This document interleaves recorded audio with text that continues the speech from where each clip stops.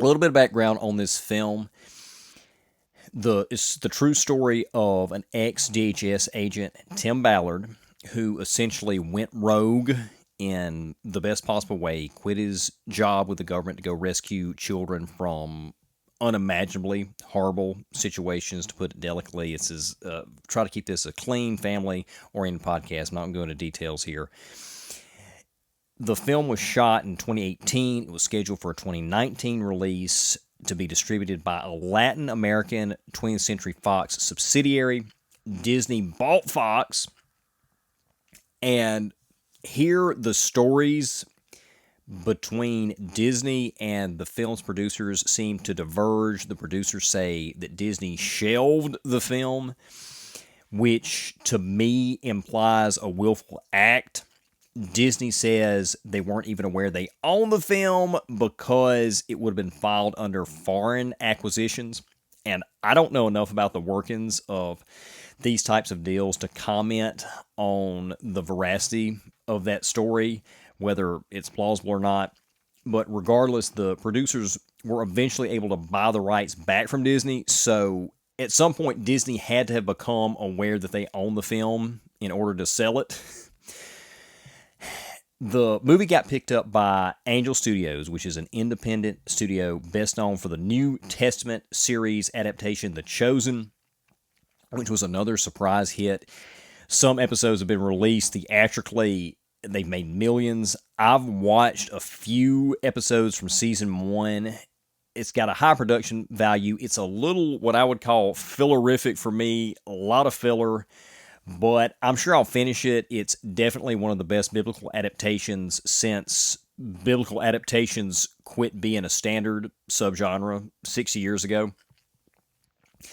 So anyway, Angel Studios schedules Sound of Freedom for Tuesday, July 4th, domestic only limited release.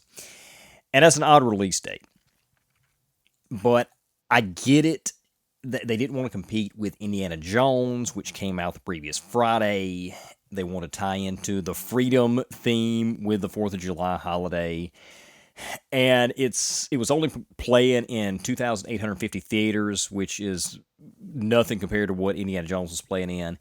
And it was projected to make between 11 and 15 million its opening week. Opening week, okay, not opening day, but opening week.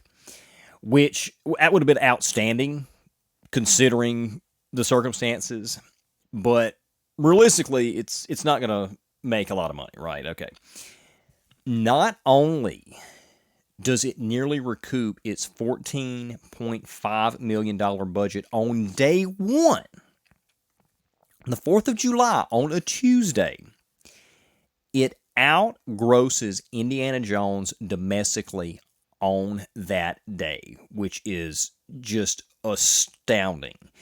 And it's also ironic that Disney sold the film off and it came back to beat Disney's own blockbuster on that day.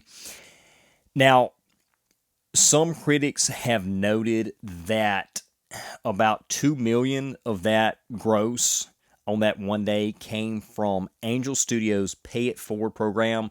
This is a kind of post-production crowdfunding program in which fans can buy tickets for others to claim for free. And Angel Studios uses for The Chosen. It's been a big moneymaker for them. And I don't really understand how they've gotten it to work, but it has. So the argument can be made that at least some part of that 2 million went in unclaimed tickets that were just sitting out there, people had paid for, but nobody actually bought them, went to the show. Even still, if you subtract that 2 million, you're still looking at 12 million plus on day one. Okay, 4th of July, Tuesday, against an Indiana Jones film. Any way you slice it, really, really incredible feat. It went on to gross $40 million in its first week, came in third at the box office behind Indiana Jones and Insidious, which were two franchise films with a pre-existing fan base. The next week, it expanded to 3,265 theaters. It came in second behind Mission Impossible in that film's first weekend, in Mission Impossible's first weekend. The next week, it came in third behind Barbie and Oppenheimer, which is the biggest movie event in years, certainly this year. Since then, it's continued to be added to more theaters, expanded into more screens. Theaters that had originally agreed to carry it for a couple of days have still been playing it a month out, or they've brought it back with more screenings.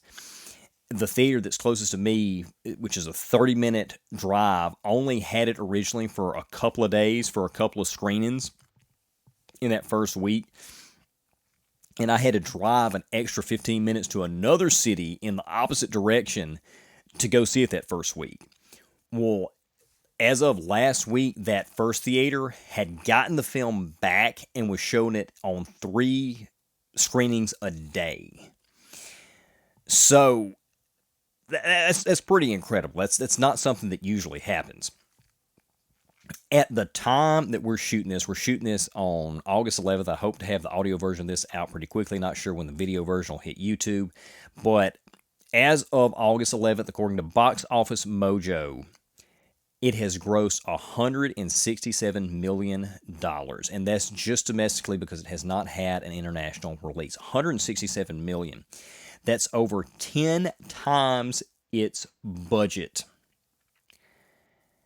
After it hit $150 million, that was on August 1st, that was 10 days from when we're filming this, CNBC ran an article.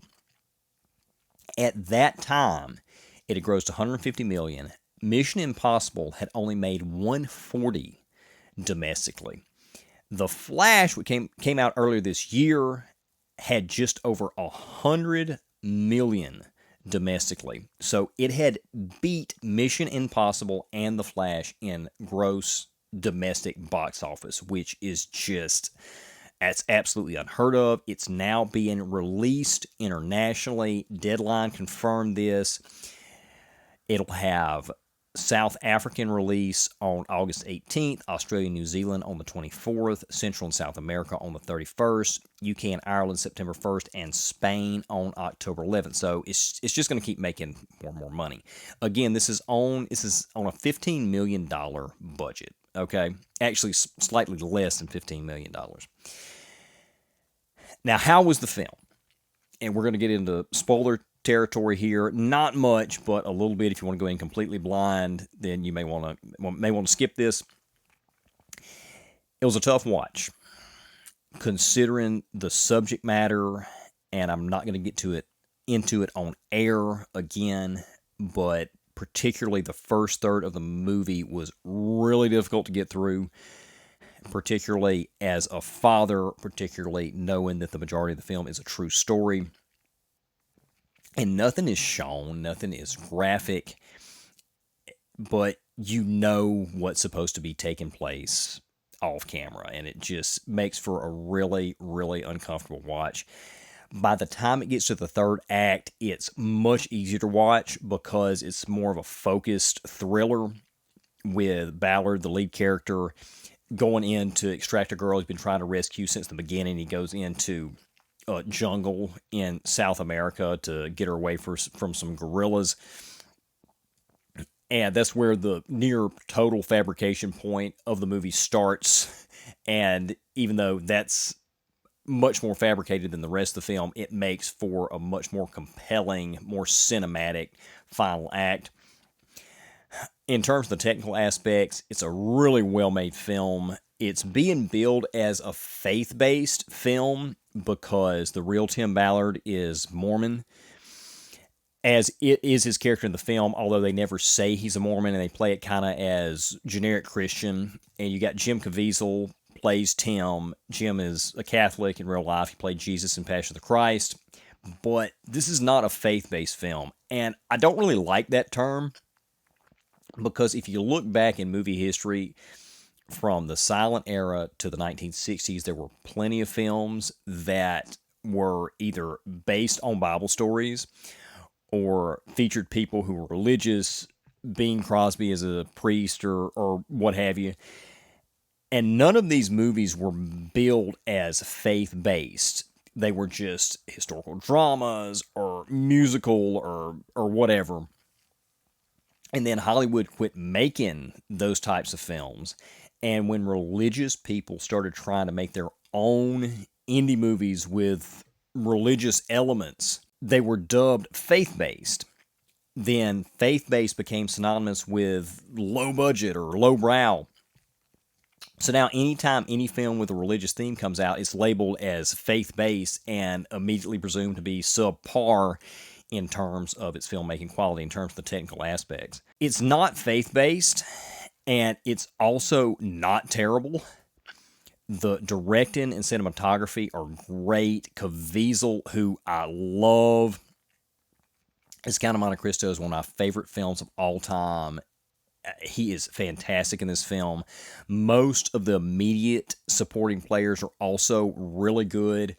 The two lead children and their father will break your heart, just absolutely gut-wrenching. When you get into some of the peripheral circle of characters, the acting is not as good. It's more what you would have expected from a lower budget indie effort than the rest of the movie is. And there's also a couple of spots that were a little more lowbrow again on the shot composition and some of the editing choices. But overall, it's solid on every level, and it's covering an important underexposed topic. On the family angle, I'm a father. Whenever I watch and review films, I try to be mindful of age appropriateness. This one is not for the kids. It's PG-13, and I would only take a 13-year-old if they're mentally and emotionally strong and mature, and you've had a long, hard talk with them about some harsh realities of the world. My oldest daughter is 10. I definitely would not be taking her to see this film for a few more years. My objective rating on analyzing all the technical aspects of the film, the acting, directing, cinematography, all those things I mentioned previously, I would give this an 8 out of 10. My subjective rating, based sheerly on how much I enjoyed the film personally, how much personal enjoyment I derived, I'd have to give it a 6 out of 10. And that's not because it's not good, as we just established that it was a really good film, but it's hard to derive enjoyment out of the subject matter at hand. And if the last act hadn't been a little less harsh and more Hollywood action hero goes into the jungle to rescue the kid, I might have given it a 5 out of 10 for personal enjoyment. But still, it's an important film, and I recommend catching it in theaters if you get the chance. If you enjoyed that clip, be sure to check out the full episode on the Words Like That YouTube channel or wherever you get your podcasts. Can't have no words like that. Words